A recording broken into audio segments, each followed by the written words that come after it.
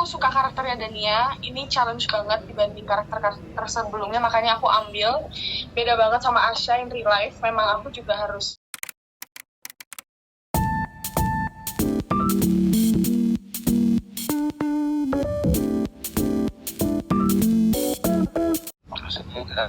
Asap aja kan sering ketemu sama Enggak, tunggu sebentar ya guys, ini insight juga. Tunggu dulu satu-satu. Oke, aku gimana perasaan aku? Aku perasaannya deg-degan. Aku tuh selalu nggak ada meresapi peran sih. It's just ini tuh kalau meresapi peran kayak nggak ada meresapi peran ya. Kalau misalnya di saat udah di set ya memang udah harus jadi Dania. Dan kalau soal meresapi kayaknya nggak ada deh bahasa meresapi peran. Kayaknya saling ngasih energi yang baik aja untuk kayak iya betul mainnya jadi chemistry-nya jadi lebih tektok-tektok gitu. Kalau meresapi aku bingung meresapi gimana ya. akan. Iya aku ngerti. Oke, kalau untuk meresapi karakter sebagai Dania, aku lebih ke, karena kan Dania kan seorang ibu ya, single mother. Paling aku ngelihat look up lebih ke mama sih, gimana caranya nge-treat anak-anaknya. Tapi kalau misalnya sisanya,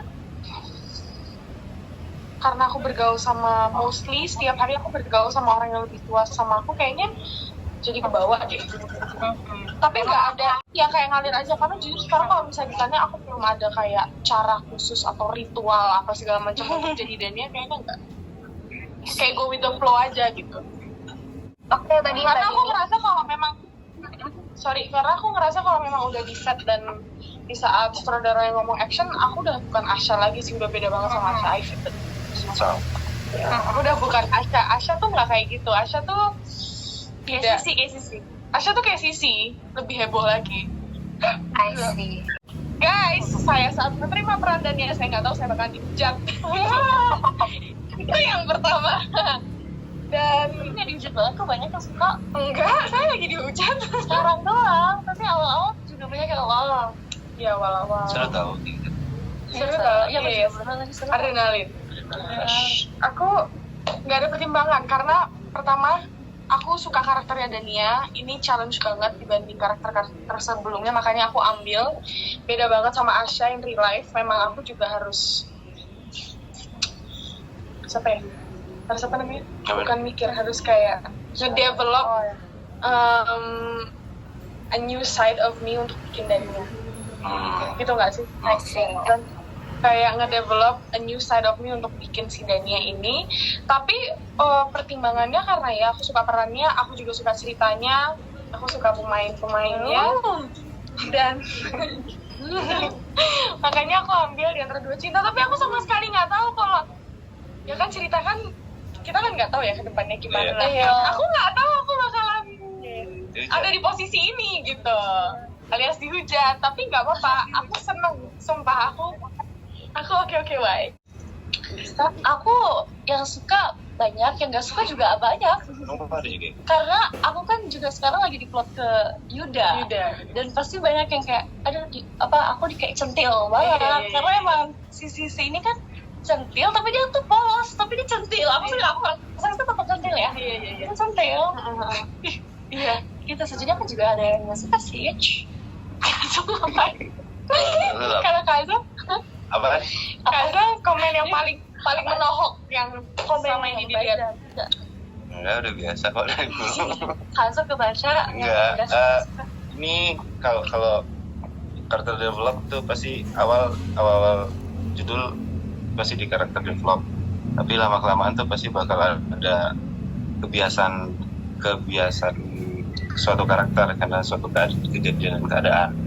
Kayak dulu awal itu ketika karakter Julian ketemu sama Dania tuh aku tuh mau membedakan antara aku melihat Dania dan aku melihat Safira yang diperankan oleh Anggiga Posterly. Jadi kayak Dania itu kan benar-benar mantan terindahnya Julian kan, sampai akhirnya.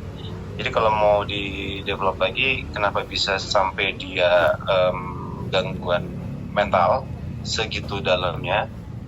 Titik terendah dalam hidup seorang itu karena ditinggal sama Dania dalam keadaan nggak tahu alasannya apa. Nah itu tuh yang mau aku bedah di sana sampai akhirnya ketemu sama Safira, dan tapi hal itu tuh nggak mau aku hilangin. Jadi mungkin sampai ending pun aku tuh ngambilnya gini. Aku pernah dengar quotes ketika laki-laki itu cuma mencintai seorang itu sekali, sisanya melanjutkan hidup. Dan ketika ada laki-laki yang mencintai seorang, nah akhirnya nggak jadi sama orang itu, dan dia cuma melanjutkan hidup mau sampai dia sama istrinya dan segala macam. Jadi Dania itu di hatinya, Julian itu dia.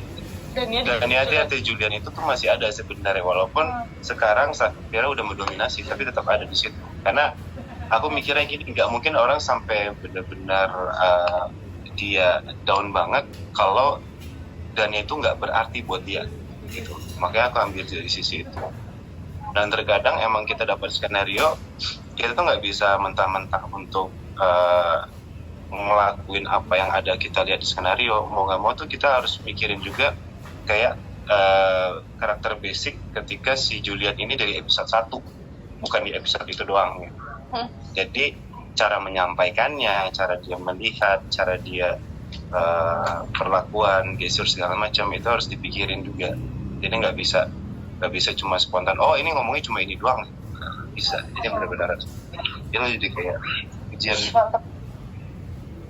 Kalau aku lagi dihujat karena ya mengganggu hubungan, ya kan, katanya Dania is the real drama queen, dia tuh nggak tersakiti, tersiksa. Tapi aku suka di banyak penonton yang pintar dan smart, karena mostly mereka kayak jangan salahin pemainnya dong, gitu-gitu. Mereka kan cuma hanya memerankan, dan itu kan cuma cerita.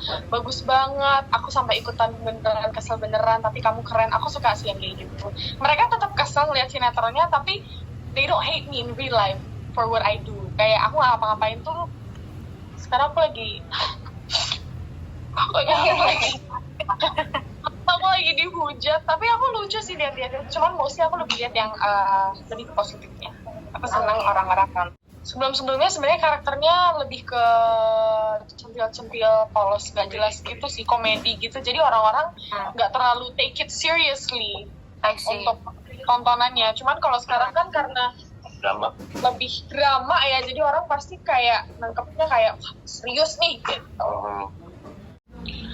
Menurut aku kuatannya karena ini relate sih, bukan sesuatu yang mengada-ngada untuk ceritanya ini. Kenapa kayak mungkin mengada-ngadanya tuh kayak bukan mengada-ngada ya, sesuatu yang hal terjadi, jarang terjadi adalah ketika suami istri, terus suami yang berlayar, terus istri dia sendiri, terus ada pangeran datang menyelamatkan istri dan segala macam. Itu yang benar-benar kayak komen. Tapi untuk prosesnya itu yang ada di dalamnya itu tuh benar-benar relate sama kehidupan nyata gitu. Kayak misalkan si cowok itu pernah punya mantan yang benar-benar nggak bisa dilupain, akhirnya ketemu sama orang lain, akhirnya balik lagi ketemu, dan segala macamnya. Dan bagusnya untuk penulis di sini, dia itu nggak menulis dengan yang biasanya sinetron pada umumnya menulis gitu. Jadi banyak banget plot twist. Contoh kecil, kalau misalkan di satu rumah misalkan ada 3 orang nih, suami, istri, sama ibunya yang jahat, terus tiba-tiba ada teror di rumah yang meneror rumah, orang pasti pemikirannya, oh ibu ini yang bakal neror rumahnya karena dia jahat. Tapi ternyata di ceritanya enggak, cuma ada orang lain lewat terus lempar batu, kena kaca, masuk ke kamar gitu.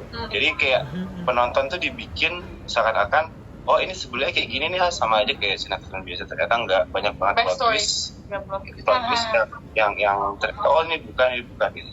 Makanya aku ngerasa kayak penulisan kita ini udah agak lumayan meningkat dibanding aku judul-judul lagu sebelumnya, karena kayak kita aja pun harus teliti untuk membacanya. Kalau enggak, kita sendiri bakal kekecoh, karena banyak banget karakter yang harusnya ke A, tiba-tiba ke B, tiba-tiba ke C. Other than cerita, kayaknya masing-masing pemain di sini memerankan perannya tuh menurut aku sangat-sangat perfect, pas banget di porsinya masing-masing. They know what they're doing, dan kayak cara mereka ngedeliver perasaannya untuk penonton tuh kayak pas banget. Jadi udah ceritanya bagus, pemainnya top.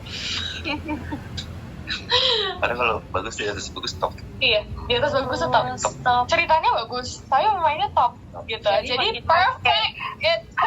Wah, aku setuju sih. Nggak, tapi serius chemistry kita semua, kita tuh bener-bener sedekat itu.